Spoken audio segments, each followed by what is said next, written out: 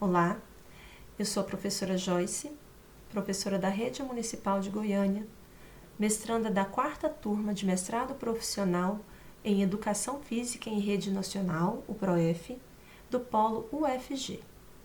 Estou aqui para apresentar o mapa conceitual desenvolvido por mim como atividade avaliativa da disciplina Problemáticas da Educação Física.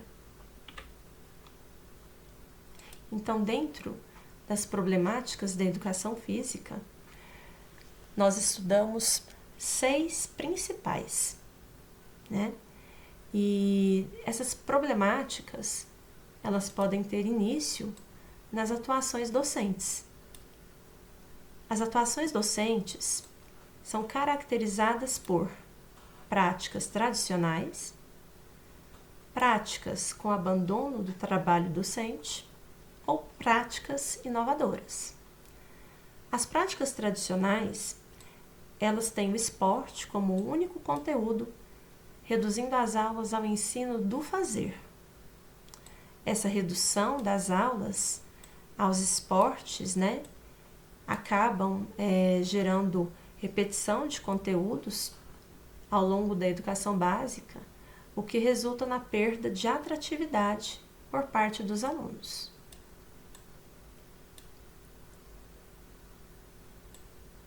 A próxima atuação, é caracterizada pelo abandono do trabalho docente. Esse abandono do trabalho docente, ele acontece e acaba fazendo com que poucos alunos participem das aulas. As atividades são escolhidas por esses alunos e não há investimento na aprendizagem, ou seja, o professor não tem preocupação com o que será ensinado ou aprendido pelos alunos. Dentro dessa prática de abandono do trabalho docente, a gente observa que existe um desinteresse por parte do professor com relação aos conteúdos próprios da educação física. A próxima atuação, ela é caracterizada por práticas inovadoras. Essas práticas inovadoras, elas têm preocupação com os saberes conceituais e também com o desenvolvimento dos conteúdos da cultura corporal de movimento. As práticas inovadoras, elas desenvolvem a vivência e a reflexão das práticas corporais e volta, o seu trabalho, a sua efetividade para o conhecimento sobre o fazer. Já as práticas tradicionais, diferentemente, elas realizam o ensino por repetição de movimentos e gestos técnicos, ou seja, ela se baseia principalmente ou unicamente na ênfase no ensinar a fazer. Essas 3 formas de atuações docentes, elas podem ser analisadas sob 4 dimensões diferenciadas. A primeira dessas 4 dimensões é a transformação pela qual a educação física passou ao longo do tempo. As mudanças que ocorreram na educação física a partir da década de 80 mexeram com a identidade de alguns professores, principalmente aqueles cuja formação era mais antiga, principalmente voltada para o ensino do esporte, para a parte técnica do esporte. E a crítica à hegemonia do esporte a partir do movimento renovador fez com que muitos professores perdessem o chão, e sentissem como se fossem incapazes de desenvolver um trabalho dentro de outros conteúdos estes propostos na cultura corporal de movimento.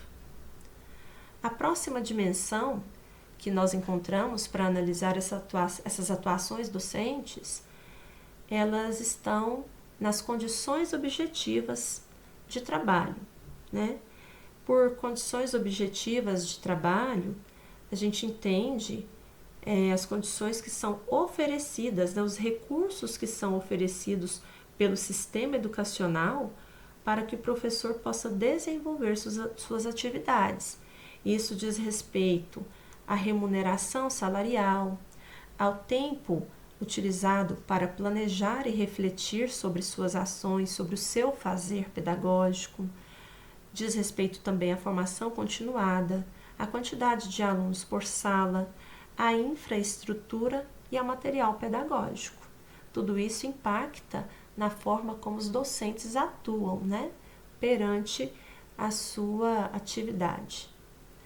A terceira dimensão de análise, ela diz respeito à cultura escolar e sua relação com a educação física escolar. Nesse ponto, é importante pontuar a invisibilidade do conhecimento disciplinar, que é entendida a partir da não compreensão sobre os conteúdos que compõem a educação física enquanto componente curricular por parte da comunidade escolar, muitas vezes principalmente por parte do grupo diretivo, os gestores, os coordenadores que não compreendem os conteúdos da educação física e nem mesmo a forma de serem trabalhados. E a quarta dimensão que temos aqui diz respeito às disposições sociais do professor. E isso, né, refere-se a construções teóricas e sociais que acontecem a partir dos processos de socialização profissional, mas isso dentro de uma dimensão pessoal. Assim, é possível compreender que essas diferentes formas de atuações docentes ocorrem devido à carga pessoal de conhecimento ou de crenças que esses profissionais possuem, visto que alguns abandonam, né, o trabalho docente, enquanto outros partem para práticas inovadoras.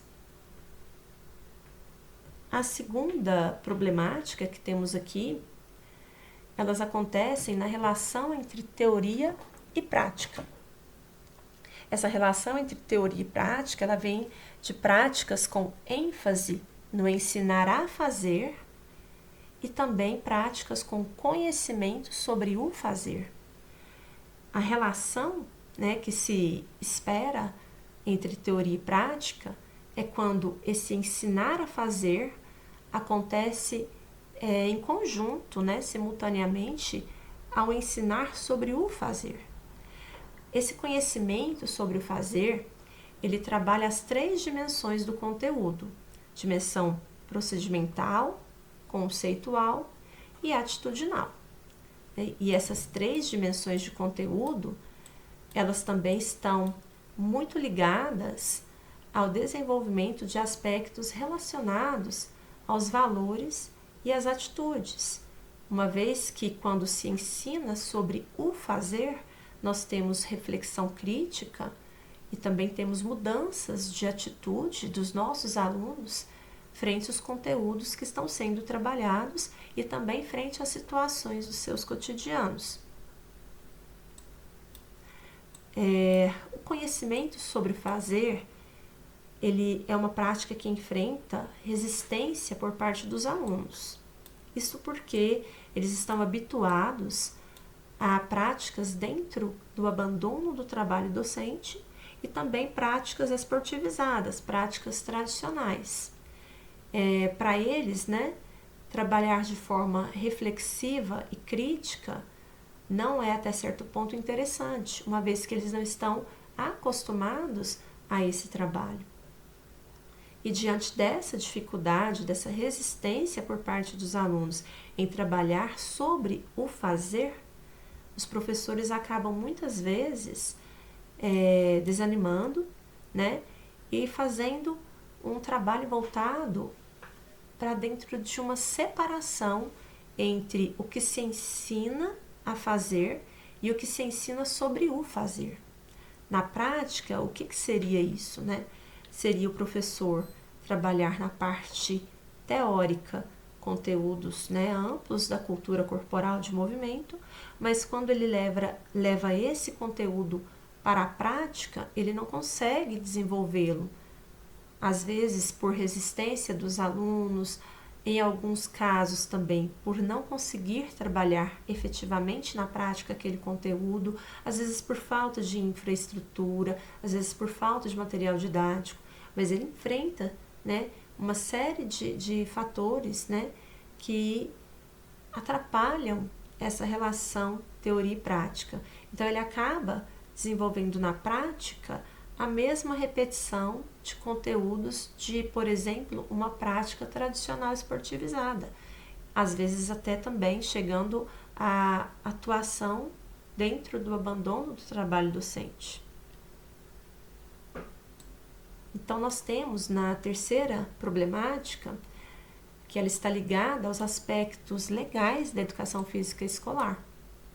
E esses aspectos legais, né, da forma como a educação física está configurada, eles permitem a dispensa das aulas de educação física, visto que as leis, elas regem de forma a ampliar as possibilidades de solicitação de dispensa mesmo para alunos em algumas situações específicas.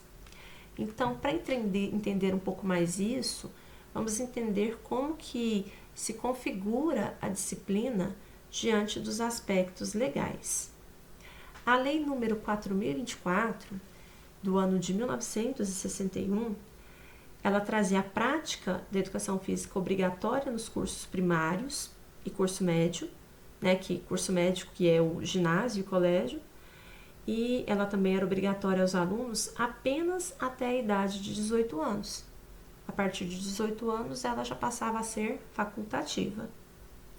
A segunda lei aqui, no caso, a lei número 5.692, que veio no ano de 1971, ela trazia a prática da educação física obrigatória em todos os níveis de ensino e facultativa aos alunos que estivessem em algumas situações especiais. Situações estas, né, que eram mais voltadas a pessoas que estavam no ensino noturno, mas a saber, né, situações que eram de alunos que trabalhassem mais de 6 horas por dia e estudassem à noite, alunos que tivessem mais de 30 anos de idade, alunos que estivessem na prestação de serviço militar ou alunos que fossem fisicamente incapacitados. Aqui a gente observa que a educação física não era um componente curricular, ela era uma atividade, né? Ela não era vista com um componente com conteúdos próprios da área, ela era vista como uma prática de atividade física. E para adiante, né, no ano de 1977, na Lei 6.503, nós tivemos a incorporação de 2 alíneas a essa lei. E essa incorporação dessas alíneas, ela tornou a prática das aulas de educação física facultativa ao aluno de pós-graduação e à mulher com prole. E aqui a gente observa, né, o quanto a educação física era realmente vista apenas como uma atividade física, uma atividade prática, que não era uma atividade voltada para o desenvolvimento de conteúdos, né, de forma reflexiva e crítica. Aqui, ela era facultativa aos alunos de pós-graduação. Então, o aluno de pós-graduação ele deveria estar concentrado em seus estudos. Então, ele não deveria, teoricamente, né, entre aspas, ter tempo para a prática de atividade física. E a mulher com prole, ela já teria, né, muita atividade cuidando de seus filhos. Então, não seria mais necessário que ela praticasse a educação física, que ela participasse das aulas de educação física. Então, aqui a gente vê, né, essa questão realmente voltada para o lado biológico, o aspecto biológico da educação física. E a próxima lei, né, aí aqui nós já temos a LDB de 1996, a Lei 9.394, E a LDB ela veio trazendo algo muito importante, que foi considerar a educação física enquanto um componente curricular. Então, o que dizia essa lei, né? A educação física, integrada à proposta pedagógica da escola, é componente curricular da educação básica, ajustando-se às faixas etárias e às condições da população escolar, sendo facultativa nos cursos noturnos. Então, essa lei, a LDB de 96, ela manteve, né, ela continuou e legalizou a facultatividade da educação física nos cursos noturnos, né, mas ela trouxe algo positivo, que foi considerar a educação física enquanto componente curricular da educação básica, né? E depois, em sequência, a lei de 1996, a LDB de 1996, nós temos a lei número 10.793 de 2003, né? E essa lei, ela é a que está atualmente em vigor, e ela veio concedendo mais autonomia às escolas por meio do PPP. Então, ela delegou à escola a decisão sobre a oferta das aulas de educação física, como essas aulas deveriam ser ofertadas, né, aos alunos.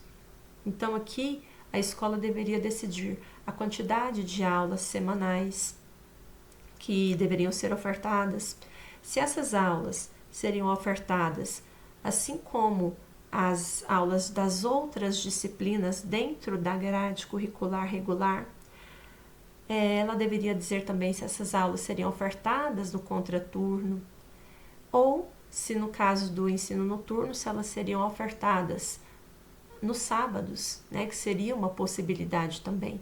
Então a escola passou a ter o poder de decisão acerca dessas formas, né, de colocar a educação física dentro das disciplinas, dentro da atuação escolar. E, né, como eu já disse, essa lei, ela manteve o que já vinha na LDB de 96, ela manteve a facultatividade aos cursos noturnos. Ou seja, se o aluno que estudava no ensino noturno, ele tinha uma dificuldade para frequentar a aula que era ofertada do contraturno ou ao sábado, ele poderia não praticar. E a escola também poderia, nem ao menos, ofertar essa disciplina aos alunos, né? Isso aos alunos dos cursos noturnos. E esse oferecimento da disciplina fora da grade curricular regular, esse oferecimento da disciplina em contraturnos ou em sábados, eles dificultavam, né, o acesso dos alunos e ampliavam a dispensa das aulas. Os alunos, se aproveitando muitas vezes das brechas nessas leis, mesmo que eles pudessem participar das aulas, eles acabavam preferindo não participar, visto que se existia a possibilidade de não fazê-lo, e se era algo que eles acreditavam que era desnecessário ou dispendioso praticar em outro horário, em outro dia, então eles preferiam muitas vezes não praticar, não fazer parte das aulas de educação física. E isso realmente, essa legislação realmente ampliou a dispensa, né, das aulas de educação física. Dentro da quarta problemática, nós enfrentamos o afastamento e a indisciplina dos estudantes nas aulas, sendo o afastamento por duas causas, né? Esse afastamento ele pode acontecer do aluno estando presente, mas se negando a participar da aula, ou do aluno realmente não comparecendo, né, nas aulas, o que caracteriza a ausência das aulas de educação física. Tanto a não participação como a ausência, elas são motivadas por dois principais fatores. Os alunos preferem não participar ou se ausentam da aula porque os conteúdos acabam sendo ofertados de forma repetitiva ao longo da educação básica. E isso resulta na perda de atratividade mesmo por parte dos alunos, né, diante desses conteúdos.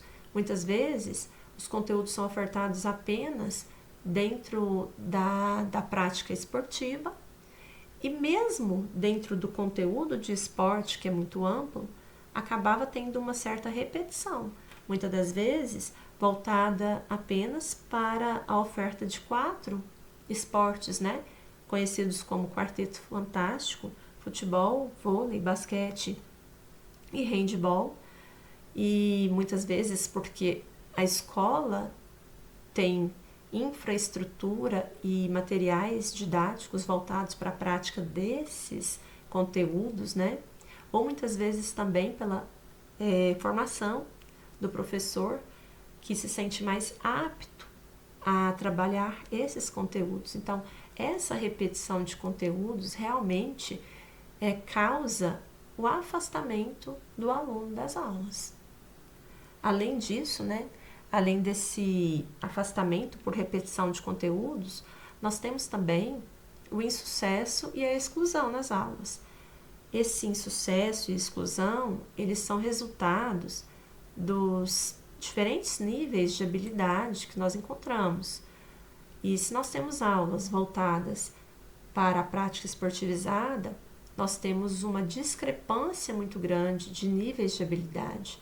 Quando, por exemplo, o esporte ele é trabalhado na escola numa visão esportivizada, técnica, né, de modo a reproduzir gestos técnicos, muitos alunos acabam sendo excluídos porque se excluindo, né, a si mesmos, por se sentirem inaptos, por se sentirem sem habilidade para desenvolver aquela determinada atividade. E uma outra questão também, né, que gera insucesso e exclusão, é a questão da diferença de gênero.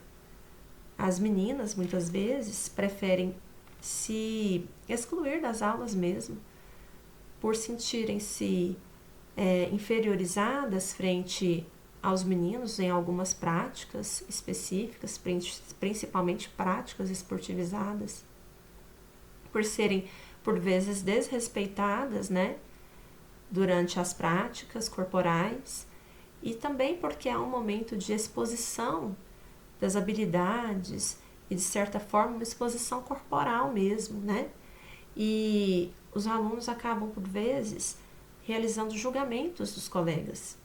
Então, esses julgamentos, eles geram, sim, insegurança, e essa insegurança gera insucesso e exclusão e acaba motivando o afastamento dos alunos das aulas.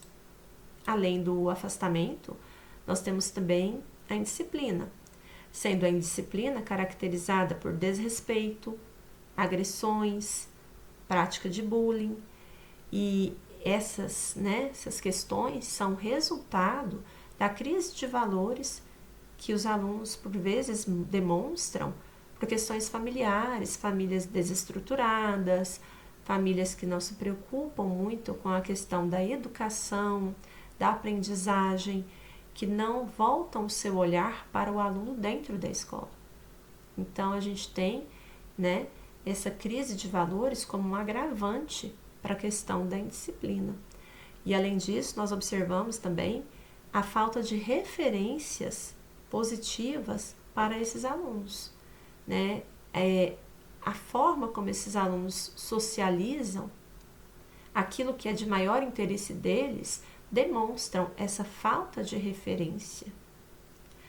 E tudo isso, né, mais uma vez, a indisciplina, o desrespeito, a agressão, o bullying, acaba ampliando o insucesso e a exclusão e motivando cada vez mais o afastamento dos estudantes das aulas.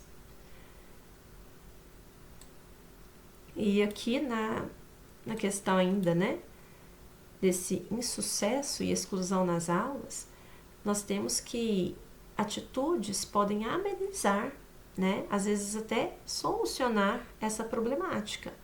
Um ensino inclusivo que observe, né, essas questões da indisciplina, do desrespeito, do bullying, dos julgamentos dos colegas, de outros colegas, a gente consegue, com o ensino inclusivo, trabalhar todas essas questões, né? E amenizar o problema.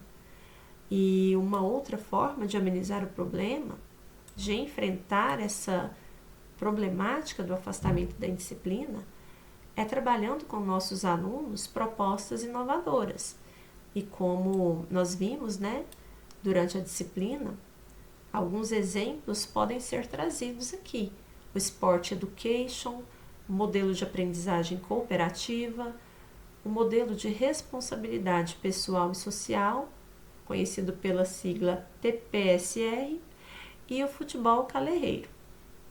Então, todas essas abordagens, essas propostas inovadoras, elas estão de acordo também com o ensino do esporte da escola, né, com características educativas e não apenas como treinamento desportivo e ênfase nos gestos técnicos, né, e eles podem auxiliar e muito na amenização dos problemas de afastamento e indisciplina, também da questão da dispensa das aulas, né, que apesar de serem amparadas na lei, se houver uma motivação maior dos alunos, a gente consegue encontrar meios, né, de diminuir essa dispensa, né, mesmo no ensino noturno.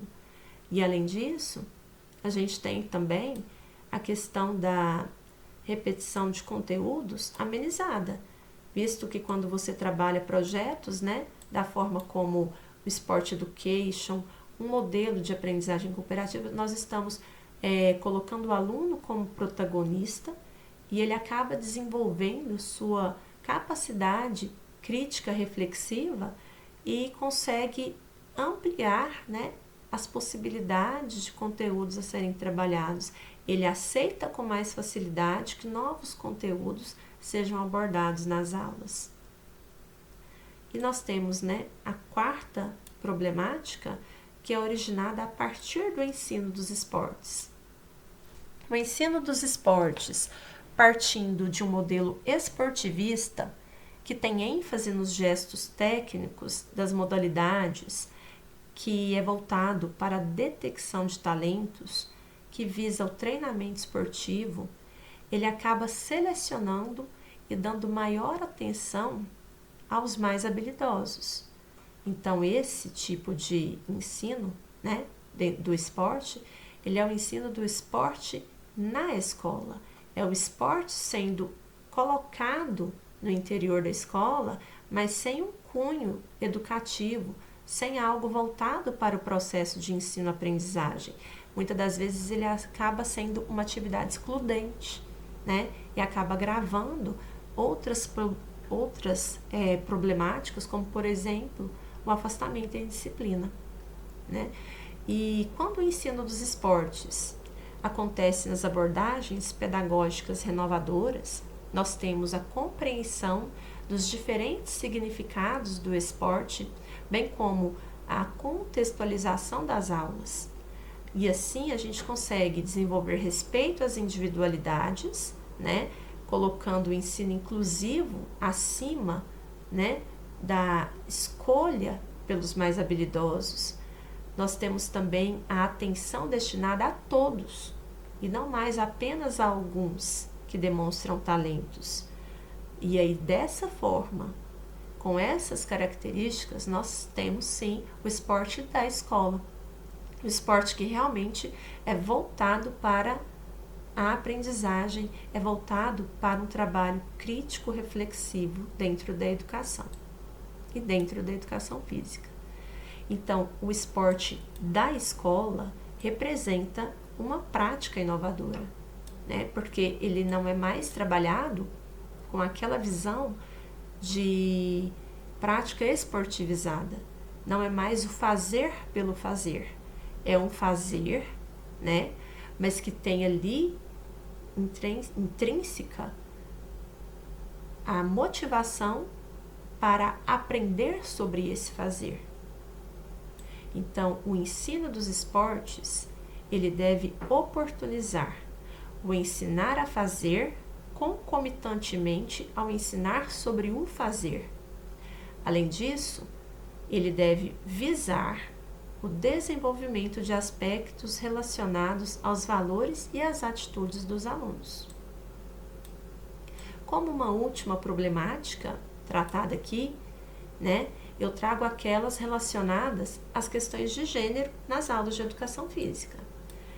E essas problemáticas, que trazem questões de gênero, elas devem ser muito discutidas, porque são questões muito atuais e que precisam urgentemente, serem trabalhadas. Nas questões de gênero, encontramos duas formas de organização das aulas. Aulas que são separadas por sexo, que se pautam por um paradigma biológico, onde atividades são específicas para meninos, outras são específicas para meninas, e nós temos também a organização de aulas mistas, onde todos participam das mesmas atividades interagindo o tempo todo. Essas aulas mistas, elas possibilitam a coeducação, que é a aprendizagem a partir da integração. O mesmo conteúdo é trabalhado com homens e mulheres, meninos e meninas, e a partir desse trabalho desse mesmo conteúdo acontecem aprendizagens e desenvolvimento de novos conhecimentos. A questão de gênero, por uma abordagem facilitada pela coeducação, incentiva o respeito e a solidariedade. E incentivando respeito mútuo e solidariedade, nós temos a equidade de gênero. Então, essas questões, elas têm que ter como ponto principal a busca pela equidade de gênero. Uma vez que nós fazemos um trabalho adequado, onde as aulas possibilitem a igualdade de vivências, a igualdade de acesso aos conteúdos, às práticas corporais para homens e mulheres, nós fortalecemos e favorecemos, o desenvolvimento dessa equidade de gênero que é tão importante. Então, no mais, essa foi a minha apresentação, com relação às problemáticas da educação física.